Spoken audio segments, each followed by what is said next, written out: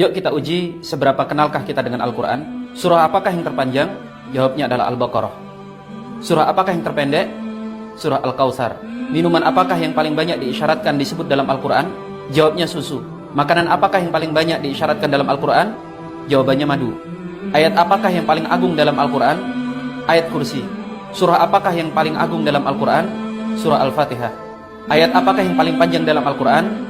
Jawabannya adalah ayat tentang hutang di surah Al-Baqarah ayat 282. Ayat apakah yang paling pendek? Yaitu ayat 64 dari surah Ar-Rahman, mudhamatan. Kata apakah yang paling panjang disebutkan dalam Al-Quran?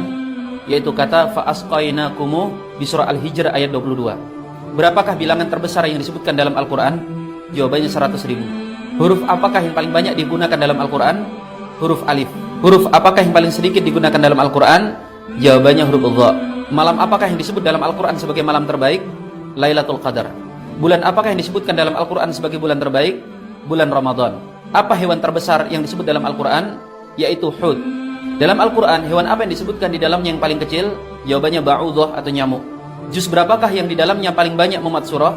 Juz 30. Surah apakah yang paling banyak terdapat sumpah di dalamnya? Surah Asy-Syams. Dari Asma'ul Husna, nama apakah yang paling banyak disebut dalam Al-Quran? Jawabnya Allah. Siapakah nabi yang paling banyak disebut dalam Al-Quran? Nabi Musa alaihissalam. Siapakah nama nabi yang paling sedikit disebut dalam Al-Quran? Yaitu Nabi Ilyas, Nabi Ilyasa, Dzulkifli, dan Nabi Idris. Siapakah orang paling kaya yang disebutkan dalam Al-Quran? Dia adalah Qarun. Berapa kalikah kata Quran disebutkan dalam Al-Quran? Sebanyak 70 kali. Berapakah jumlah surah dalam Al-Quran? 114 surah. Berapakah jumlah ayat dalam Al-Quran? Ibnu Abbas berpendapat 6.616 ayat. Uqbah ibn Nafi' berpendapat ayatnya 6.217. Syaibah ibn Utsman berpendapat 6.214 ayat. Az-Zamakhsyari berpendapat 6.666 ayat. Sedangkan ahli Kufah berpendapat jumlah ayat Al-Quran 6.236 ayat.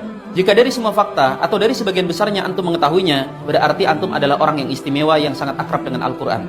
Jika antum hanya mengetahui sebagian saja dari fakta yang disebutkan, mungkin alangkah baiknya antum mulai menyisihkan waktu agar bisa lebih akrab dengan Al-Quran. Dan jika ternyata antum hanya mengetahui sebagian kecil dari fakta yang disebutkan, beristighfarlah. Manfaatkan waktu dan kesempatan yang masih ada. Segera kembali kepada Al-Quran sebelum semuanya terlambat.